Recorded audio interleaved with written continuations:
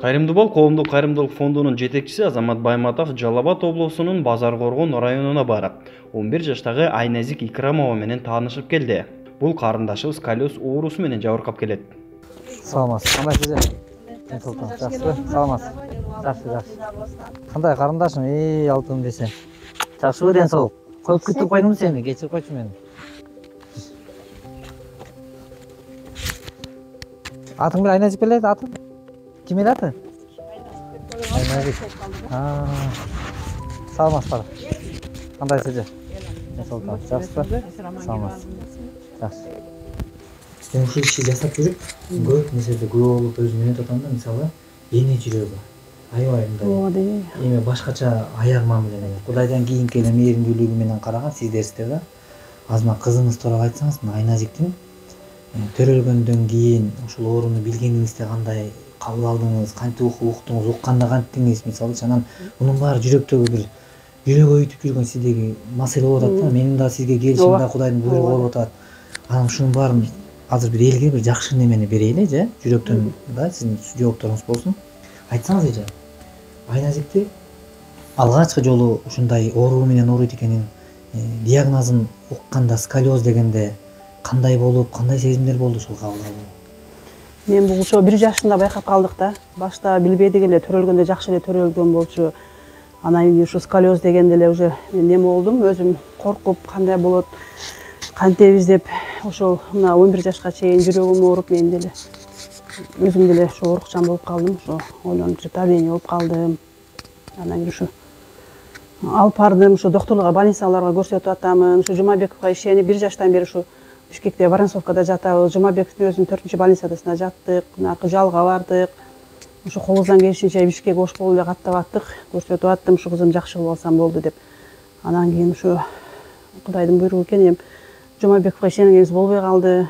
Анан кийин ушу эмени ютубтан ушу Азамат Байматов деп ушу сизди көрүп калып, анан ушуга кайрылайынчы, ушу бир жардам берер деп өзүм үмүт кылып, ушу кызымы операциясына жардам берет экен деп ушу үмүт кылып чакырдым. Анан ушу мен деле жүрөгүм ооруйт, кызым айтса. Ушу бул деле жакшы болуп кетсин каалайм да, мен делечи ушу жакшы болуп, ушу эл катарына кошулуп, кызым доктор болом дейт. Анан кийин ушу кызым жакшы болуп кетсин деп. Эже айтсаңыз, мисалы, мектепке барганда сиздин жүрөгүңүздүкү мындай бир сөзсүз бул ар бир мындай түшүнгөн адамзат жакшы түшүнүп билет деп ойлойм. Анткени кызы болобу, бала болобу чалынып куласа дагы ал нерсе жүрөгүн оорутат ата эненинчи. Анан ушу мектепке барганда балдар арасында бир кемсинип калуу, анан башкалардын балдары чуркап кетип калса, сиздин кызыңыз калып калган учурлар, сиздин кандай бир эме калтырган учурлар бар? Анда ушу жүрөгүм ооруйт эле, кызым ошол балдар, мына эми балдар деле айтып баштаптыр, ушу сен көп чуркай албайсың, кошула албайсың деп, ушу жаңы жылда деле ушундай нелер болот экен. Анан мага айтып келет жалп кылып, анан мен деле жүрөгүм ооруп, эжекесине чыгамын. Кызым жакшы болуп калат. Кошулбай калат, Ооба, кошулбай мынтип четтеп калат. Анан мен деле жүрөгүм ооруйт, анан ушу жакшы болуп калар, менин кызым деле ушу кыздардын катарына кошулар деп неме кылам да. Мен деле жүрөгүм ооруйт, ошо корсеттер тиктирип кийгизип аттык, ушу түздөйбүз деп аракет кылдык, бирок болбоду. Аракетибиз болбоду. Өзү дагы айтат, апа мен белим түздөп бериң, жакшы кылың деп. Уже биз кайрылгандан баштап эле мен чалбайсыз Азамат акеге, эртең келбей биз тартып ушу жакшы кылып берсинчи, чалыңчы дейттим ben. Кече күнү дагы чалдык, алып калгандан сүйүнүп, жакшы алып калды акем, чакырың деп, мында сүйүнүп качан барабыз деп үмүт кылып атат. Эми ушу жакшы күндөр болуп калат, белим түздөлүп калат. Ушу эл журтум жардам берер деп, ушу эл журттан, тууган уруктардан, ушу кыргыз калкынан жардам сурап атабыз. Эми кайдыгер карабаса керек, элдер ушу көп түкүрсө көр болот дейт. Эми ушу жардамыңыздарды аябаңыздар. Ушу кызым үчүн, ушу кызым жакшы болуп калса эле болду. Чоң үмүттөрдү күтүп жатабыз. Кудай кааласа биз дагы ушу элдерге ошо Индияга барып, жакшы кылып, кызымды келсек, ушу чоң үмүттөрүбүз орундалат деле. Ушу кызыбыздын эң бир үмүтү эле ушу кызымда мен жүрөгүм оорутканчы. Кызым ушундай болуп калып кичине. Эжеке, мен азыр анча-мынча суроолорум оор тийсе кечирим сурайм. Бул эми беришке туура келет. Мисалы, ушул акыбалда мисалы сизде кандай мындай коркунучтар бар? Буга чейин ушул боюнча калып калса кандай болот, кийин турмуш кандай болот деген сыяктуу жүрөгү ооруткан кандай бир эмелер болгон, мисалы ушу тууралуу эме айтып берсеңиз жакшы. Мен ошол кызым калып калса, уулум бар да, бир эле уулум бар. Ошол аялы кандай болот, кандай чыгат. Эми мен бунун пешнесине дайыма байлап койбойт. Анан кийин эми өлүм баарыбыздын эле башыбызда бар. Бир күн болсо бир күн кайчы болуп кетсем, бул кызым кандай болот экен, ушу көрдө тынч жатабы экенмин, кантер экенмин деген оюм болот. Эми айла жок. Ушуну окутуп, өзүм келечегин таап, ошо жакшы инсандардан болсо деп мен дагы тилеймин. Урматтуу мекендештер, бул жерде Айназиктин ушул дене мүчөсүнүн мына ушундай калыптанып, ушул туура эмес нукта өскөндүгү мына ушул акыбалга алып келген да. Эми бул Айназиктин бул абалы бүгүн азыр Айназик 11 жашта. Бирок урматтуу достор, мекендештер, азыр мына ушундай сколиоз оорусу менен ооруган канчалаган жандар бар. Бирок ушу билип билбей жүрүп дүйнөдөн бул оорунун дартына даба жок экен деп билбестен өтүп кеткен адамдар да көп экен өзүчө. Бирок ушул Кыргызстанда алгачкы жолу Апазали деген мекендешибизде ошол операциясында катышып, алгачкы жолку ушул сколиоздон жакшы болгон.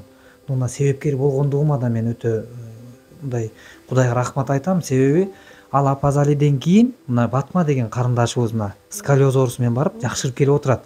Мына сиздерге маалым, ушул Батма карындашыбызга дагы кайрымдуу адам болуп, кайрымдуу мекендеш болуп сиздер кол сундуңуздар.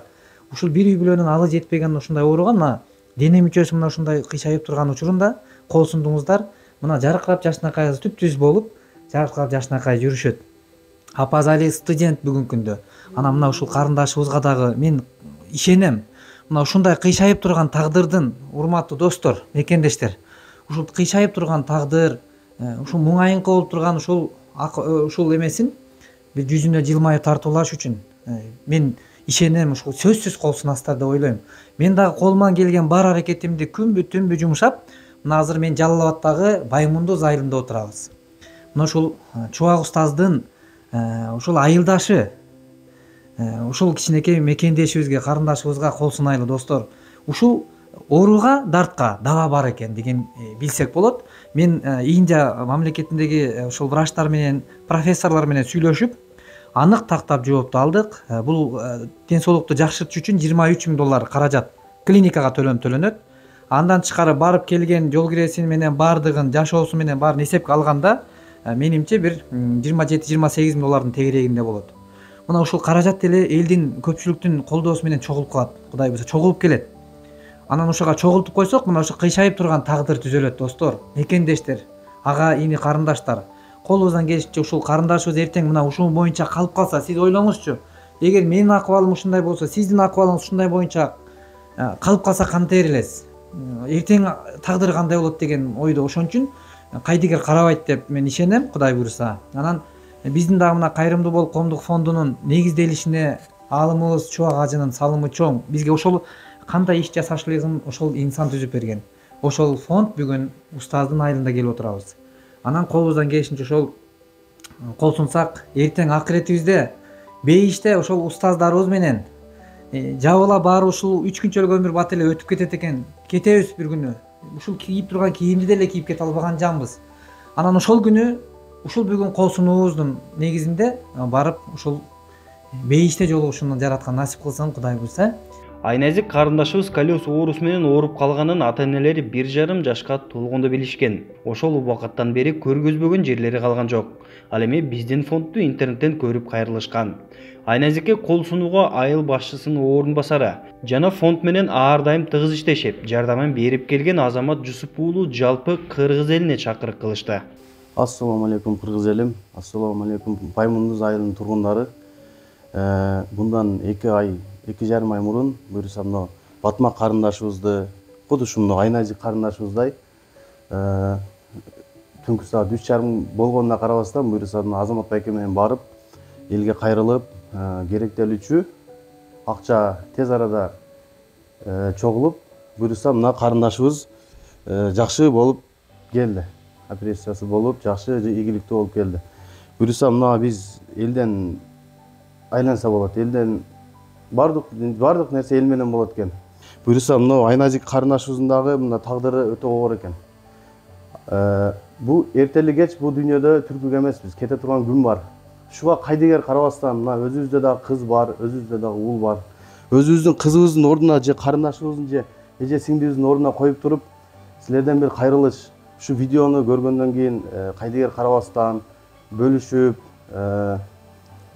комментарийден болсо дагы 5 сомбу, 10 сомбу жүрөктөн чыккан садага дейт. Акыретте тозок отуна 1 сомдук садагаңыз калкан болуп калышы толук мүмкүн экен. Ошонун эске алып, ушу карындашыбыз дагы мындай көрүп көздөн жаш ага турган немеде экен, акыбалда экен. Туугандар, мен толук ишенем, бул Баймунду айылы, айыл өкмөтү, айылдык имамдары бул видеону көргөндөн кийин кайдыгер карабайт деп ойлойм. Ушу карындашыбызга силерден сураныч, энелер, аталар, акалар, үкалар көрсөңөр, кайдыгер карабастан мына Сбербанк Элсон видеодо Кудай буйрса тиркелет. Ошого көңүл кайдыгер карабастан 5 сом 10 сомго дагы садагаңарды берип, жекетиңерди өзүңөрдү акыретиңер үчүн дейт. 1 сомдук садагаң жетимиш келаткан баладан сактап коюшу мүмкүн. Ошон үчүн силерден суранам. Ушу айнажык карындашыбызды кайдыгер карабастан болгон аракет менен жардам берип койгула. Мына биздин мына Баймундуз айылындагы мына биздин кичинекей карындашыбыздын сколиоз деген бир диагноз менен ооруп калган. Ушуну атайын бир алыстан угуп, Азамат деген ушу кайрымдуулук фонддун башчысы экен, төрагасы. Ошо алыстан угуп ушу кыздын маселесин чечишейли деп биздин айылга келиптир. Мен дагы ушул эмеден пайдаланып, ушу биздин элге кайрылып кетем. Жана көптү күрсө көл болот дегендей, элибиз карап турбастан ушу кызга жакындан бир жардам көрсөтсөк, көмөк көрсөтсөк, ишкерлерибиз бар, миграцияда жүргөн жарандарыбыз бар, агай-инилерибиз бар, тууган туушкандар деген бар. Ушунун баары элдер кайдыгер карабастан ушу кызыбыздын операциясына чыгымдала турган акча каражатын чогултууга бир жакындан бир жардам көрсөтүп, баарыбыз жана бир жакадан баш чыгарып, ынтымактуу болуп, жана Азамат айткандай, кыргыз эли эч качан бири-бирин таштаган эмес. Ошо бирге болуп, баарыбыз ынтымактуу болуп, ушу кыздын каражат чогултканга бир жакындан жардам берсек. Айназик азыр болууну 11 жашта. Сколиоз оорусу күн санап күчөп баратат. Ал эми мектепке барганда эс алып барат, себеби бели ооруп кетет. Белинин мынтип кыйшайып турганынан көп окуучуларга кошо албай уялаарын айтууда. Ошондой эле фонддун арты менен дал ушундай сколиоз оорусу менен Индиядан ийгиликтүү операция жасатып келген Батма Токтогулова Айназикке келип, жакшы болууруна дем күч берип келди. Саламатсыздар, кыргыз элим. Биздин кайрылганыбыздын себеби Айназик кызыбыздыкы. Бул дагы сколиоз оорусу менен ооруйт экен. Буга чейин биз да кайрымдуу фондуна кайрылганбыз Азамат акеге. Ошондой эле биз да сколиоз оорусу менен мына кайнысыңыз кызыбыз ооруйт болчу. 1,5 ай болуп калды. Индияга жакшы болуп барып келди. Натыйжасы 95% гарантия берип, жакшы болуп келди. Ошондой эле кыргыз элим сиздер да кайдыгер карабай, ошо Айназик кызыбызга колдоо көрсөтүп, жардам кылып, 10 сом, 20 сом болсо дагы колдоо көрсөтүп койгуңуздар. Буга дагы жакшы болуп кетишине 95% гарантия берип атыптыр. Ошондон эч кимибиз кайдыгер карабай, жакшы кызыбыз да жакшы болуп кетишине жардам кылып, салым кошуп кетиңиздер. Ушундай эле кайрымдуу фондуна чоң рахмат. Азамат ака, сизге да чоң рахмат. Айтсаң, Айназик, ушул оору менен ооруп, анан монтип азыр сага кандай ыңгайсыздыктар болуп калат? Кээ бир учурларда мисалы достору менен жүргөндө же кичекейиңде кандай учурларда сен ызаланып, капаланып калып калган учурлар кайсы учурлар болот? Мен капаланып калып калган жерде балдар чуркап кетип калганда капаланып калам. Кетишпей каласың, Анан дагы кайсы учурларда сен көңүлүң ооруп, көңүлүңө тийген учурлар кайсы учурлар болот? Ушул оорубай эле койсоңго, мен деле ушул эмнеге мен мынтип ооруп калдым экен деген сыяктуу кандай ойлор болот сенде? Мен апама айтам, мен эмнеге мындай болуп калдым деп. Апам айтат, анан биз Москвага кеткенде ушундай болгонсуң дейт.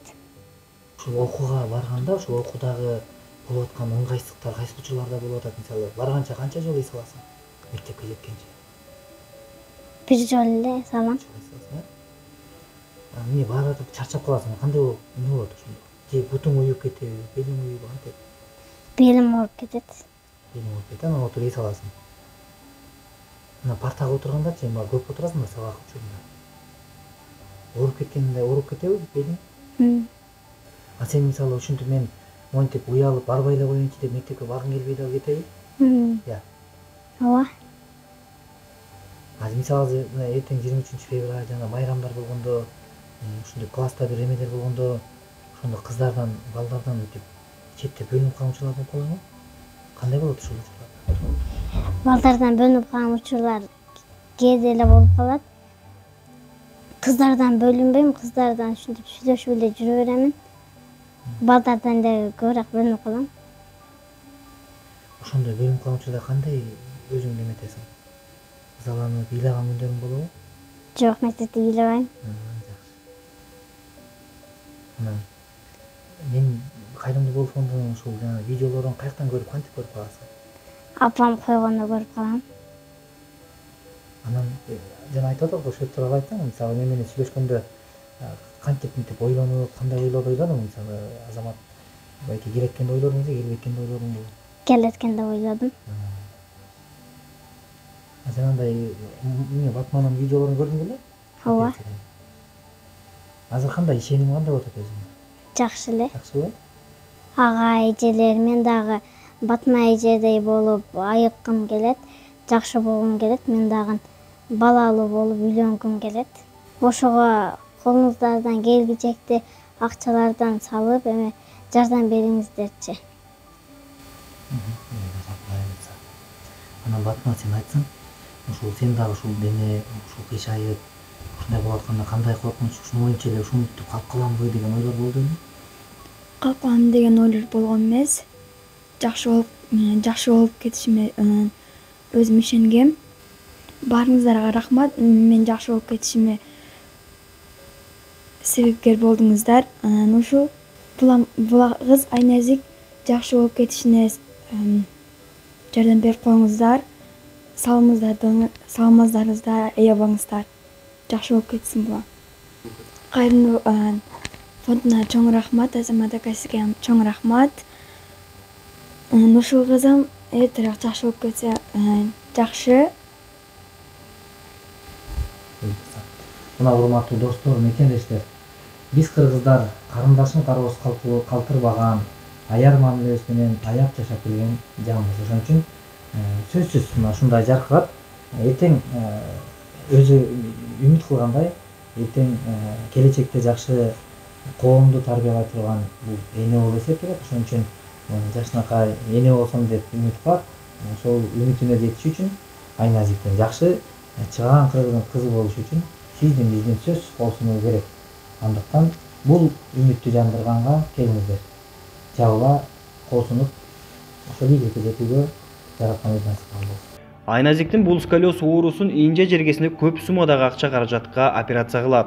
Фонддун ишмердүүлүгүндө мындай оору менен сакайып келген мекендештер бар. Айназиктин операциясына керектелүүчү каражат өздөрүнө жок болгондуктан кайрымдуу кыргыз элге кайрылууда. Келиңиздер, кайдыгер карабай колубуздан келген жардамыбызды берели.